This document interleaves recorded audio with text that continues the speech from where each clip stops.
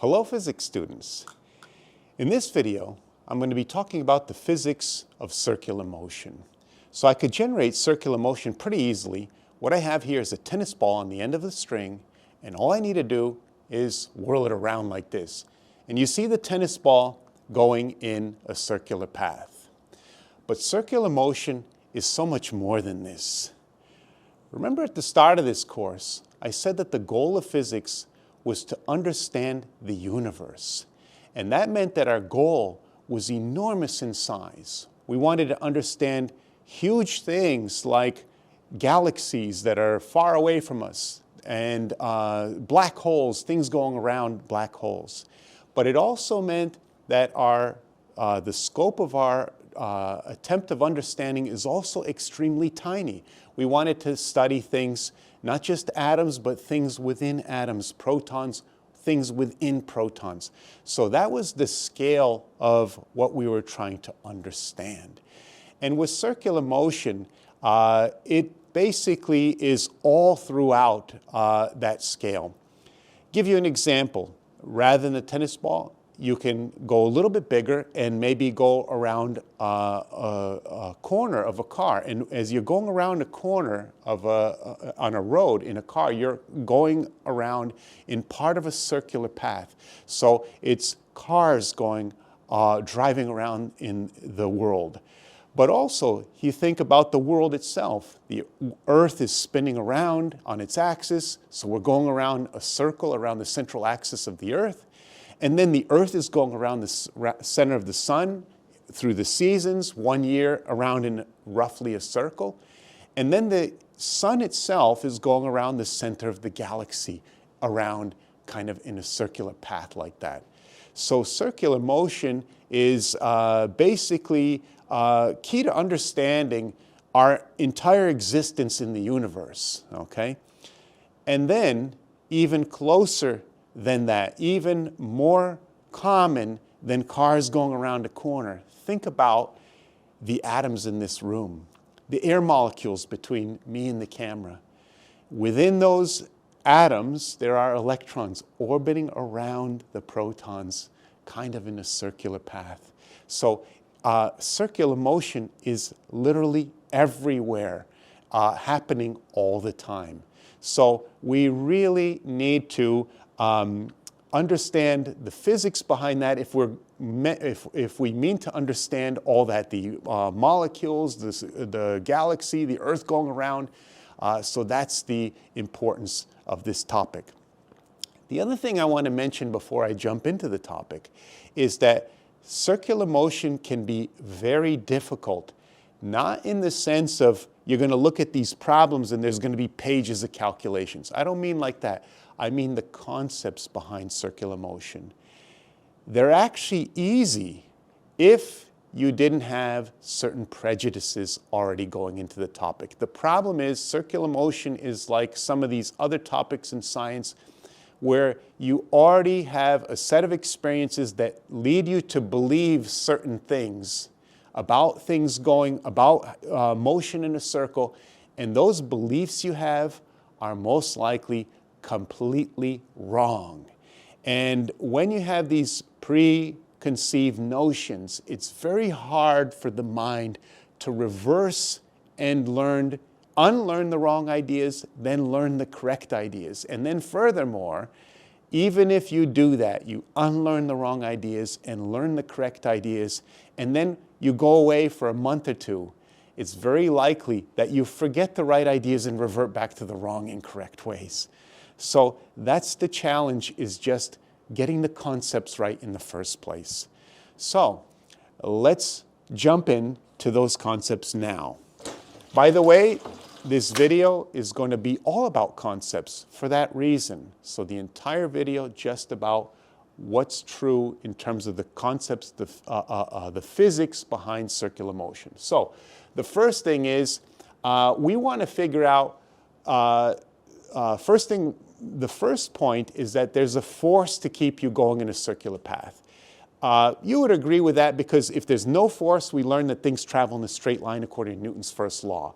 So what I have here is a hypothetical circular path, and let's suppose we've got an object that's just sort of shot, and this is like a circle drawn on a parking lot or something like that. And so you shoot something like this, a person on a skateboard, and they're going to go like this with no force according to Newton's first law, which means that at some later time, t2, they're going to end up over here on this straight line. Notice for a moment they were touching the circle, now they're no longer touching the circle. Now let me ask you, which way do you have to pull that person to get them back to the circle? Do you have to pull them towards the center of the circle or away from the center of the circle? And you could clearly see that you have to pull them towards the center of the circle like this. So that would be the force that we would have to apply to yank that person momentarily back to the circle. So then the person ends up right here instead of here. And if you stop pulling, they're going to go in a straight line path like this. So this is the path of no force. I'll just put no F. And that means at some later time, they'll end up further along on this straight line path here. Maybe this was T2, this will be time 3. So they're off the circle again. So let me ask you, which way do you have to pull that person to get them back onto the circle? Towards the center or away from the center? And you could clearly see, pull them towards the center of the circle.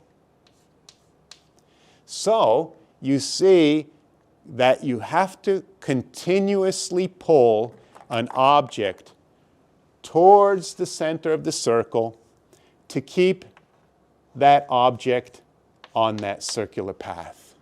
And that's the correct idea.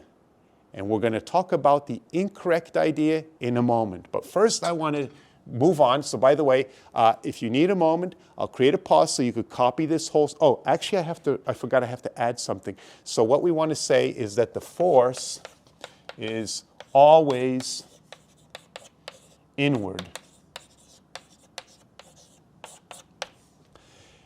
And it doesn't happen piecemeal like this. It happens continuously. The force has to be inward at all times to stay on this circular path. All right, so let me create a pause to allow you to copy all this down. Okay, so now what I want to do is define that force, and I'm going to call it the centripetal force. My understanding is that's Latin for center-seeking force, okay? So those of you in Latin might know that. But so we give it a symbol like we used to have F subscript G or Fn for normal. So now we put C for centripetal. What it is it's the force inward towards the center of a circle that keeps an object in circular motion. Okay? Another term, centrifugal force. Notice the difference. You've probably heard that term before, centrifugal force. And the point is, it does not exist. No such thing as a centrifugal force. What it is, it's an illusion. The illusion of being pulled outward, away from the center of a circle, created when an object moves in a circle. There is the misconception you most likely have about circular motion, that you're pulled outward when you're in a circular motion. You are not. There's no such thing. That's an illusion. It's wrong. So let me allow you to copy this down, and so I'll create a pause. Okay, so what do I mean by an illusion? Well, let's suppose I'm driving a school bus like this, right? And you're in the back seat of the bus like this, so we're looking at the back of a person, and I'm the school bus driver. I cranked, because there's an obstacle, I cranked the wheel to the left. So the school bus turns to the left. So the center of the circle, right, if I'm turning to the left, the center of the circle's to the left. So the center of the circle's over there. And now people in the back seat, they're kind of like unprepared for that. And then so you're sitting here and your friend is sitting next to you, and then there's the wall of the school bus over here, right? So what happens is when I crank the wheel to go that way, you bump into your friend like this, and you kind of crushed him, and your friend over here says, hey, get off me, right? So the illusion is that I am pulled, if the bus turns left, I'm pulled to the right into my friend. I'm pulled away from the center of the circle, a centrifugal force. And that's the illusion we're going to talk about. So before we talk, I'm going to show examples of why that illusion occurs. I just want to summarize the correct vectors that occur for circular motion. So if I have a circular path like this, and I'm right here at this particular instance, and I'm going around like this, right? So the first thing is the velocity vector, my motion.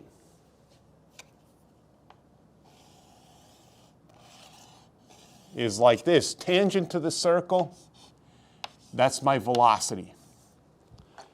As we said, there's a force towards the center of the circle, like this.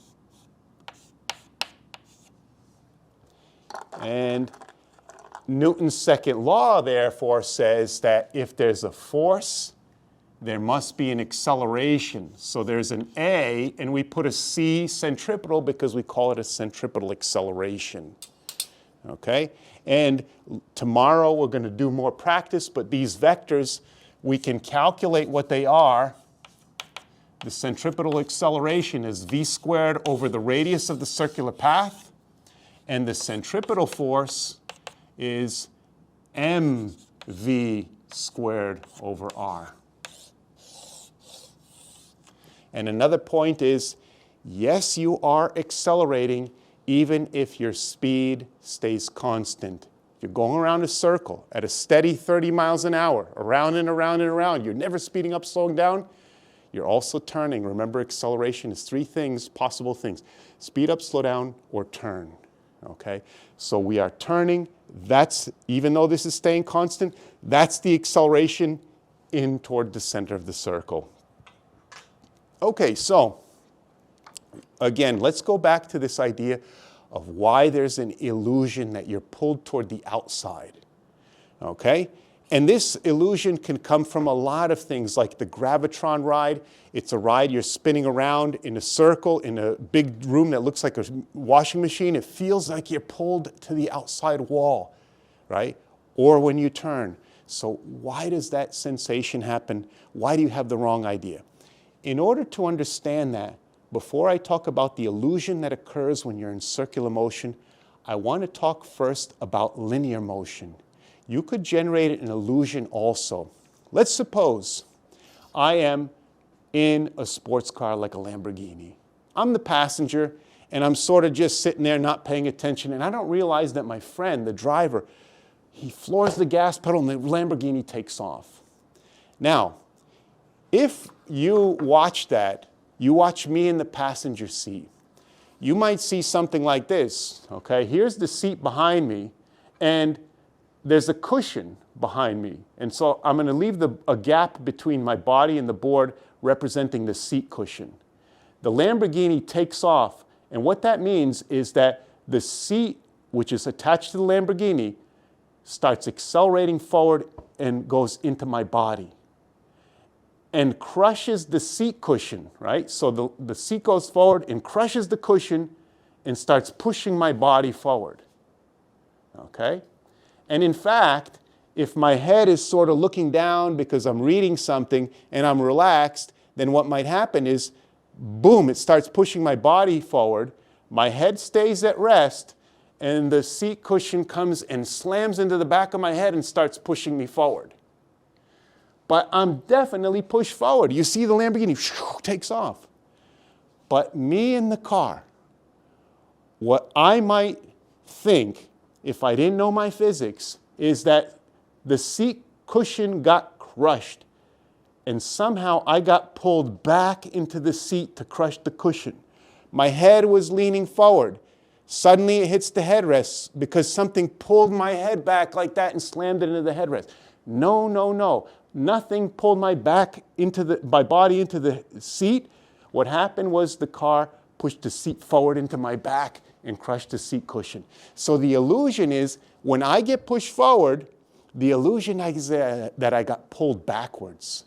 And we could sketch that in a diagram like this. So here's the reality. What really happened in the case of that Lamborghini taking off was that so the seat accelerated forward. Maybe this is the driver holding the steering wheel, crushing the cushions here, right? Crush up against my body. And then as a result, there's a force forward on my body. And so body pushed forward. Now, as I mentioned, the illusion, and I'm going to put this in quotation marks, because there is no force backwards. It's the illusion. And I'm going to re-emphasize here, the illusion. All right, so let me create a pause to allow you to copy this down. So again, the reality is you're pushed forward. The illusion is you're pulled back. Let's see how that now applies to circular motion. All right, so I have a little volunteer here, a little action figure. He's going to help us see the source of this illusion of being pulled toward the outside when you're going around in a circular path. So what I have here is a car that our passenger is going to be in, and this is like the back seat of the car, and so he's sitting here. The meter stick here is to help show us a straight line path, which is the path of this man as he's traveling down the road, the natural path, the path of no force. If the car goes straight, there's no problem because he goes straight along his natural path and the car goes straight. He's in the seat in the same position relative to the seat. But now let's suppose that we change things a little bit. We take the door off here and we grease the seat up so there's no friction. So basically there's going to be no forces on this man because of the door being gone and the seat being greased up. And then he gets going to, say, 40 miles an hour, whatever speed he accelerates up to. So then what happens is, maybe I'll even move this all more toward here so we could see it happening with more time. He's going down the road and suddenly the car cuts to the left and starts executing a left turn. So as the car goes left, his body continues in a straight line path, as we could see by the meter stick, but the car is turning left and eventually he falls out of the car. And for him, he would conclude, wow, look at that centrifugal force pulled me right out of the car, right? But we can see he was not pulled. He went along a straight line path, and the problem was that the car accelerated to the left right out from under him. But the illusion was when the car turned left that he was pulled to the right. The reality was he went straight. If instead there was now a door here, he would hit it and it would shove him to the left with the car. And so he would move to the left, he would be pushed to the left, but the illusion would be that he was sucked out into the door. That's the source of the illusion. So let's go back to the board and see if we could sketch that out. All right, so I tried to diagram what happened back there as best I could here. So in circular motion, let's suppose we have a reality where there's no door and the seat is frictionless, like greased up. We have the car here, the man in the car. This is like the top view, his shoulders and then his head. And so the path of no force, according to Newton's first law, is a straight line like this when the car is going like this. So the car suddenly veers to the right because someone cranks the steering wheel. And so the man, because he's on a greased up seat, he'll just move in a straight line path, and then the car accelerated out from under him, And so the reality is that the body went forward with no force, not an outward, but no force. And the car accelerated toward the center of the circle, which is somewhere around here, and it just went right out from under him. Okay? He was not pulled. The car accelerated.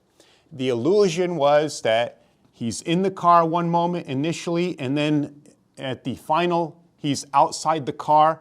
And so there's F in quotation marks. That's the illusion. It didn't really happen. There's no force outward.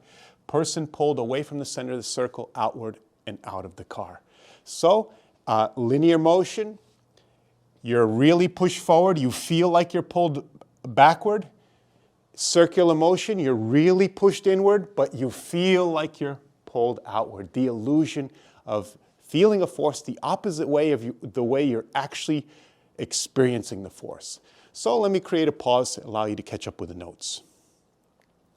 Okay, so now I just want to talk about two more quick examples. So let me make some room. And let me begin by just telling a little story. This is a true story. Many years ago, I used to chaperone at another school that I taught at a senior trip to an amusement park, Six Flags. And so the students would always ask me, hey, come on the rides with us. I used to go on the rides. And then there was one time where I went, which was the last time I went on a ride for many years.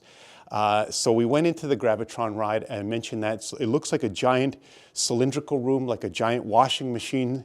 And you walk into the room and you stand up against the wall, and you've probably done this before. The ride gets going and spinning really fast, and then eventually you're up against the wall like this, so tightly that the floor drops out from under you, and you're just like stuck to the wall, right? So on this day, this particular day, there was a student from another school across the way from me, and I'm watching him hold his head up like this, and then he gets tired, and then he holds his head up, and then he gets tired, and I'm thinking to myself that, boy, you know, the blood in his brain must really be churning.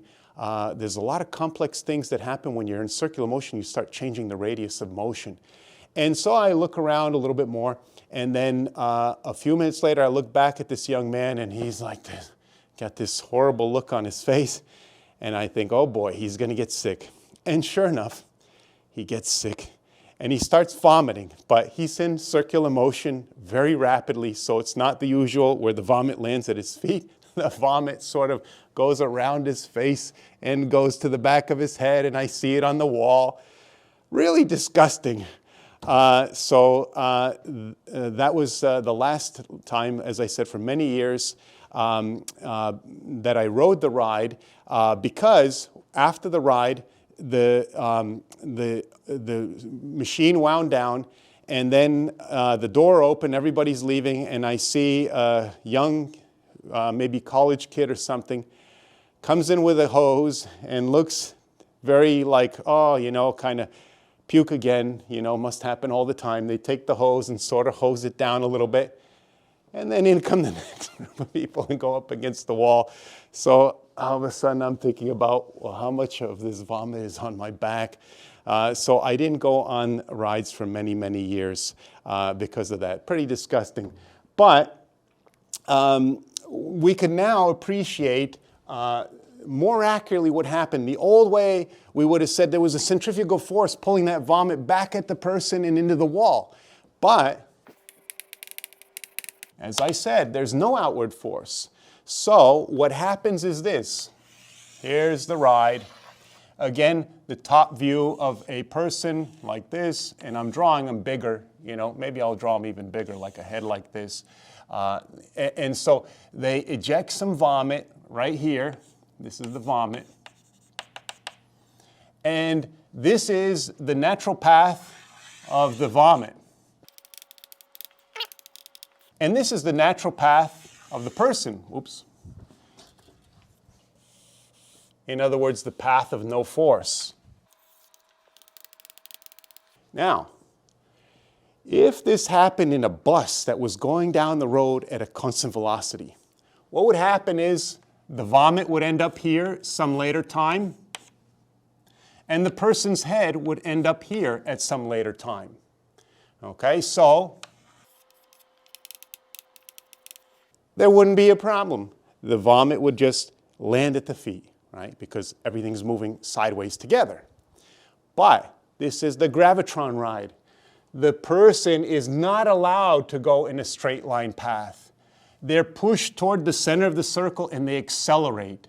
So rather than shooting through the wall like this at some later time, this is where the person is. And what do you see? The vomit, which, where's the red? Shows up better. Which used to be in front of the person's face is now behind their head.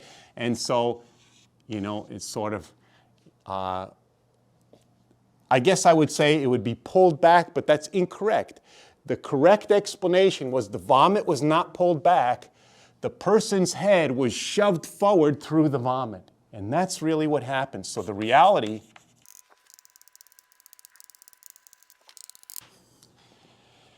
all right, I'll create a pause to allow you to catch up if you need to.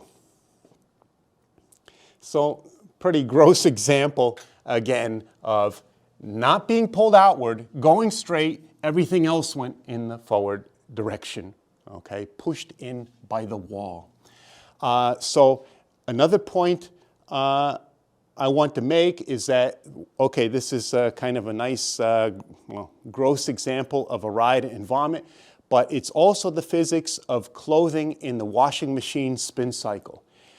Maybe you've done laundry, I don't know, and maybe you've watched the clothes spin around and get wrung out by the washing machine. A lot of people think as the clothes is spinning around, they're soaking with water, the water's pulled outward with the centrifugal force, and that's what separates it from the clothing. We know there's no outward force.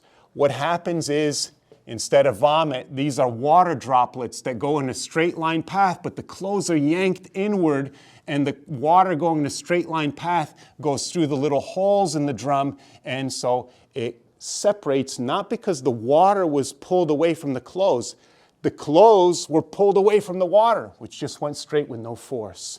So that's the physics behind the washing machine spinning out clothes to dry them.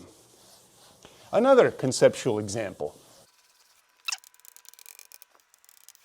One problem with being in outer space for a long time, well, there are lots of problems, is it's not a very good effect on the body. The body, as you know, if you've ever had a cast after a broken bone, you take the cast off, it's like, looks like skin and bones. There's like no muscle left, and the hand just looks like a skinny stick. Pretty kind of frightening to think how quickly your body gets rid of muscle tissue when it's not used. Well, when you're in outer space, this happens on a grand scale over the entire length of your body, and maybe most critically through your heart tissue. If your heart can just barely go like this and the blood goes around because it doesn't have to pump blood up into the brain and from the feet down into the feet. So since it doesn't have to fight that gravity all the time, it gets nice and relaxed in outer space. You spend a few months there and now your heart is like incredibly weak.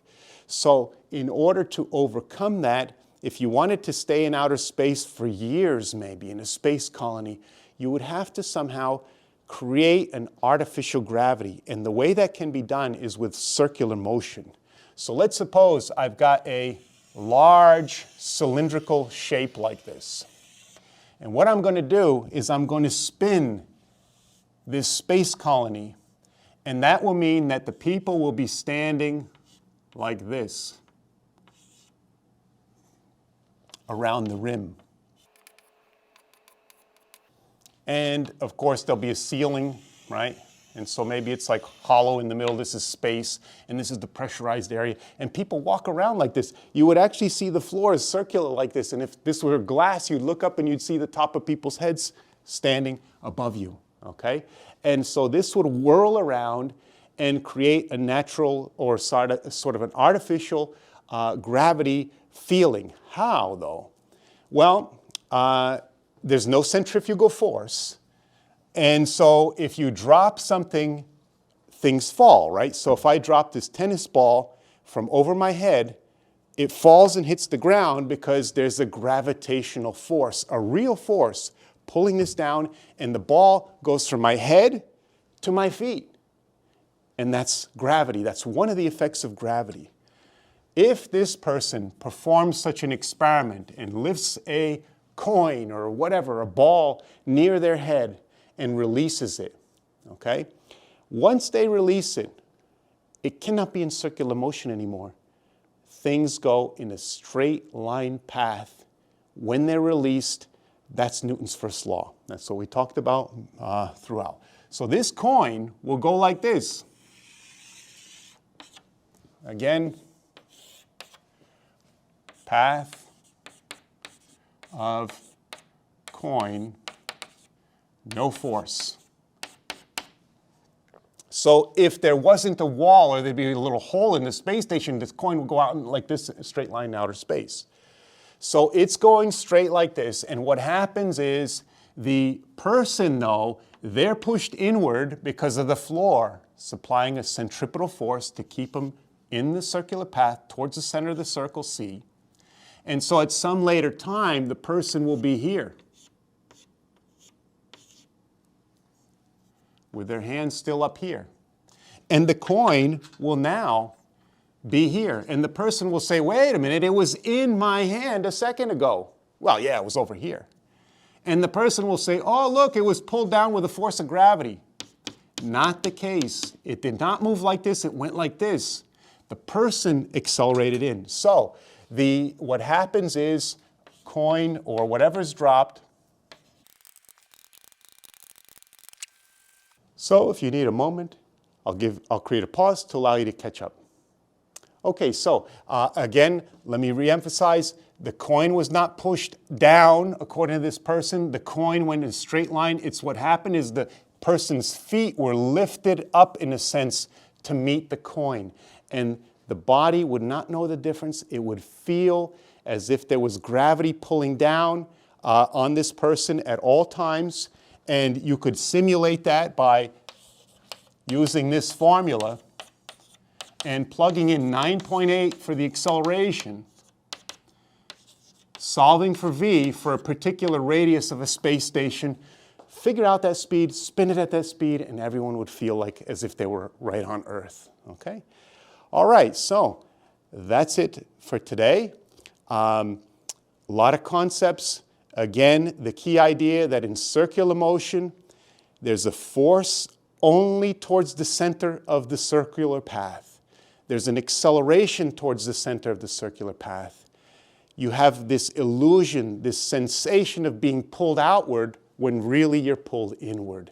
That's the topic of circular motion, the main concept. I hope you enjoyed the concept. I hope you enjoyed the demonstrations and the examples. I'll see you in the next physics video.